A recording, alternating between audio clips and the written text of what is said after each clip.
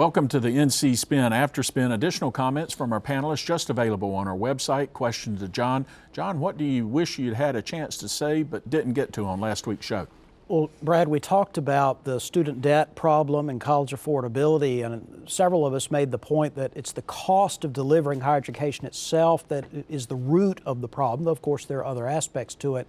And I just want to reinforce the point that there are two ways to think about that. One of them is go on a UNC campus today.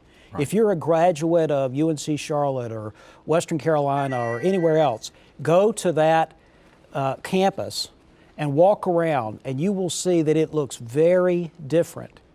And it feels very different than it did when you were there. Even if you were there 15 years ago or 10 years ago, you will notice that a lot of the expense has gone into things that would be hard to argue is related to classroom instruction. Look, you can look at the dorm rooms and tell that immediately. The dorm rooms are a good example, though of course that's a separately billed thing, but that's part of what people borrow money for, is to pay for room and board.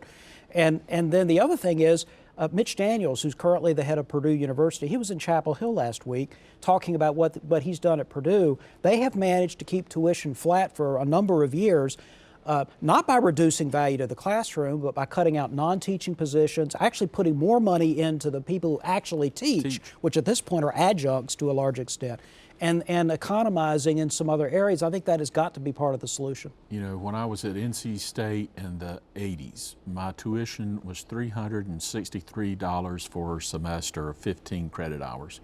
Just absolutely And you're amazing. worth every penny. I reckon so. John, thank you. Thanks for watching the After Spin. More video all during the week on ncspin.com.